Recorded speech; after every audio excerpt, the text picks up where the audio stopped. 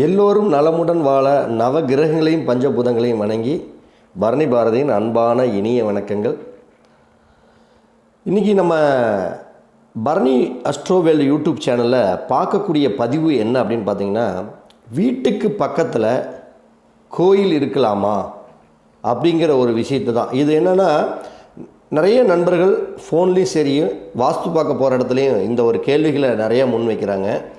அதுக்காகத்தான் நம்ம இப்போ இந்த பதிவே போடுறோம். அதாவது கோயிலுக்கு பக்கத்தில், அது கிழக்கு பக்கமாக இருக்கட்டும், மேற்கு பக்கம், தெற்கு பக்கம், வடக்கு பக்கமாக இருக்கட்டும், இந்த பக்கத்தில் ஒரு கோயில் இருந்தால் அந்த கோயில்னால் நம்மளுக்கு ஏதாச்சும் தோஷங்கள் இருக்கா, பிரச்சனைகள் இருக்கா அப்படிங்கிறத நம்ம பார்க்க போகிறோம். இந்த பதிவை பார்க்குறதுக்கு முன்னாடி புதுசாக பார்க்கக்கூடிய நண்பர்கள் நம்முடைய சேனலை மறக்காமல் சப்ஸ்கிரைப் பண்ணிக்கங்க. பக்கத்தில் இருக்கக்கூடிய பெல் பட்டனில் ஆல் அப்படிங்கிற பட்டனை கிளிக் பண்ணிக்கங்க. அப்படி நீங்கள் கிளிக் பண்ணிக்கிட்ட பொழுது நான் போடுற வீடியோ உங்களுக்கு உடனுக்குடன் வந்துக்கிட்டே இருக்கும். தொடர்ந்து நமது பரணி அஸ்ட்ரோவேல் யூடியூப் சேனலுக்கு இதுவரைக்கும் நீங்கள் ஆதரவு கொடுத்து கொண்டிருக்க அனைத்து நண்பர்களுக்கும், இனி ஆதரவு தரப்போறக்கூடிய அனைத்து நண்பர்களுக்கும் என்னுடைய நெஞ்சார்ந்த நன்றிகளை நான் முதல்ல தெரிவிச்சுக்கிறேன். அதாவது இப்போ இதை நான் ஒரு வரைபடத்தின் மூலமே நான் உங்களுக்கு காட்டுறேன்.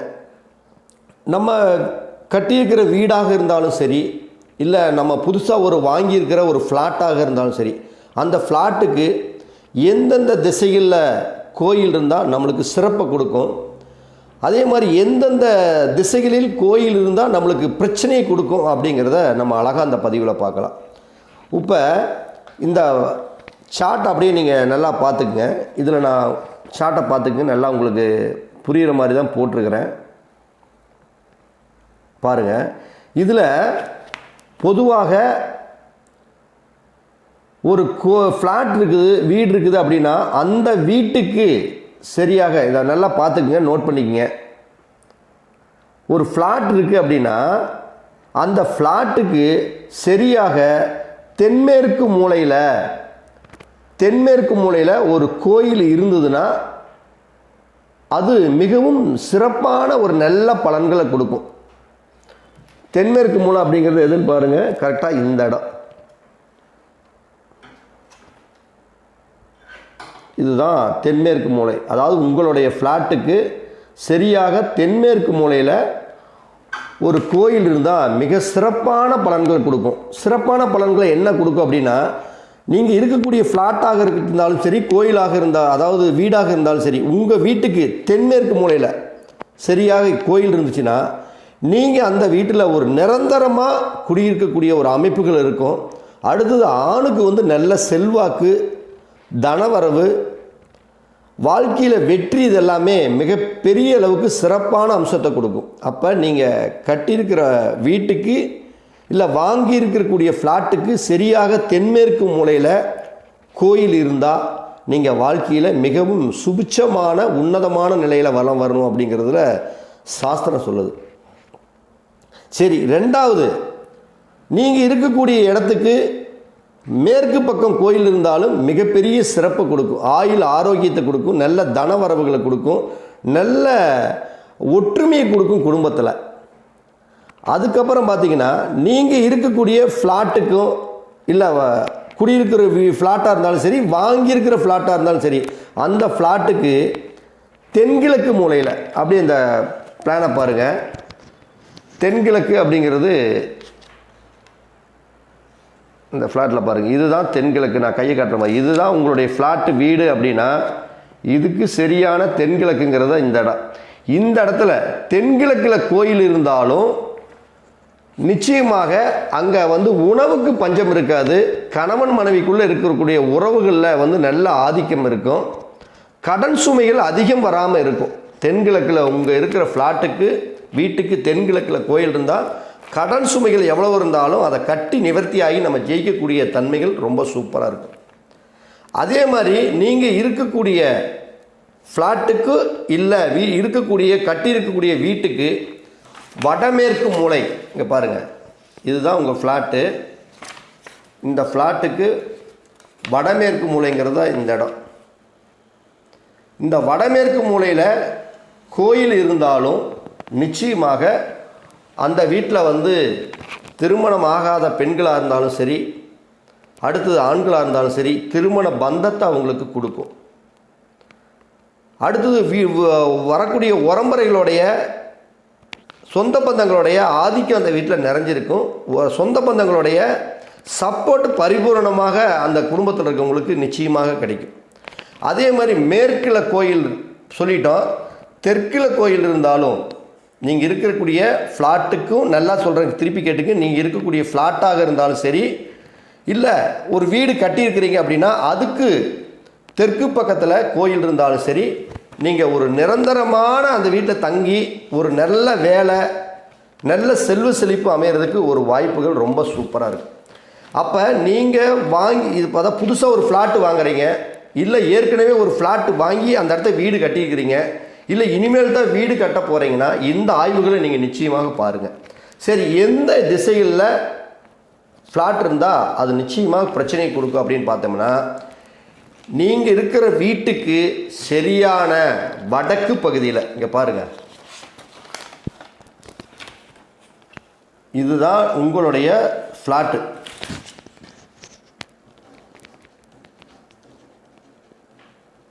பாருங்கள், நான் இதுதான் சொல்லிக்கிறேன். இது வந்து ஃப்ளாட்டு. இப்போ நான் காட்டுறது பார்த்துக்கங்க, நல்லா ஃப்ளாட்டு. இந்த ஃப்ளாட்டுக்கு முன்னாடி வடக்கு பக்கம், அடுத்தது வடகிழக்கு பக்கம், அடுத்தது கிழக்கு பக்கம். அப்போ நீங்கள் இருக்கக்கூடிய இடத்துக்கு சரியான வடக்கு பக்கமாக இருந்தாலும் சரி, சரியாக கிழக்கு பக்கமாக இருந்தாலும் சரி, வடகிழக்கு பக்கமாக இருந்தாலும் சரி, இந்த 3 திசைகளில் கோயில் மட்டும் இருந்துட்டா கண்டிப்பாக உங்களால் மிகப்பெரிய வளர்ச்சி அடையவே முடியாது. இப்போ வடக்கு பக்கம் கோயில் மட்டும் இருந்துட்டா உங்களுக்கு பொருளாதார பிரச்சனை ஏற்படும். வீட்டில் இருக்கக்கூடிய குழந்தைகளோட படிப்பு நிலை தடைபடும். நல்ல ஆயுள் ஆரோக்கியம், ஒரு ஆணோட வளர்ச்சி முதல்ல அங்கே இருக்காது. அதே மாதிரி கிழக்கு ஒரு கோயில் இருந்துச்சுன்னா உங்கள் ஃப்ளாட்டுக்கு, நல்லா புரிஞ்சுக்க நான் சொல்கிறது, உங்களுடைய ஃப்ளாட்டு இல்லைன்னா உங்களுடைய வீடு, இதுக்கு கிழக்கு பக்கத்தில் சரியாக கோயில் இருந்தால் அந்த வீட்டில் முதல்ல குடும்ப ஒற்றுமை முதல்ல சிறப்பாக இருக்காது. கணவன் மனைவிக்குள்ளே சண்டை வர்றது, வீட்டில் குழந்தைகளுடைய ஒழுக்கக்கேடான தவறான செயல்களுக்கு போகிறது, இது எல்லாமே ஏற்படும். அதே மாதிரி வடகிழக்கில் ஒரு கோயில் இருந்ததுன்னா நல்ல ஐஸ்வர்யம் கிடைக்காது. முதல்ல வீடு எந்நேரம் வந்து பார்த்திங்கன்னா ஒரு பேய் அடைஞ்ச மாதிரியே, வீட்டில் ஒரு நிம்மதி இல்லாமல், வீட்டில் ஒரு சண்டை சச்சரவுகளோடு, ஒரு செல்வ செழிப்பு இல்லாமல், வீட்டில் ஒரு கண் பார்வை இருக்காது, வீட்டில் ஒரு வெளிச்சம் இருக்காது. அப்போ நீங்கள் புதுசாக ஒரு ஃப்ளாட்டு வாங்க போனாலும் சரி, இல்லை புதுசாக ஒரு வீடு ஒரு பக்கம் இருக்குதுன்னா அந்த வீட்டுக்கு விலைக்கு வாங்க போனாலும் சரி, நீங்கள் ஆல்ரெடி ஒரு வீட்டு கட்டி இருந்தாலும் சரி, அந்த ஃப்ளாட்டுக்கு வடக்கு, வடகிழக்கு, கிழக்கு இந்த 3 பகுதிகளில் கோயில் மட்டும் இருந்தால் அந்த வீட்டில் ஒரு நல்ல ஆரோக்கியங்கள் இருக்காது. ஏன் அப்படின்னு கேட்டிங்கன்னா, பொதுவாக இந்த பூமியிலோட 23 டிகிரி தான் அந்த வடக்கு கிழக்கு அப்படிங்கிறது, வடகிழக்கு பள்ளமாக இருக்கும். அந்த இடத்துல இருந்து தான் ஒரு வீட்டுக்கு ஒரு நல்ல ஒரு காந்த விசை கதிர்கள் வந்து அந்த வீட்டுக்கு வந்து பிரதிபலிக்கும். அந்த கதிர்கள் நம்ம வீட்டு மேலே பரும்பொழுது நல்ல தேக ஆரோக்கியமாக இருக்கட்டும், செல்வ செழிப்பாக இருக்கட்டும், நோய் நொடி இல்லாத தன்மையும், குடும்பத்தில் ஒற்றுமையும், மன சந்தோஷங்கள் வரக்கூடிய கதிர்கள் பூரா அந்த வடக்கு கிழக்கு வடகிழக்கில் இருந்து தான் வரும்.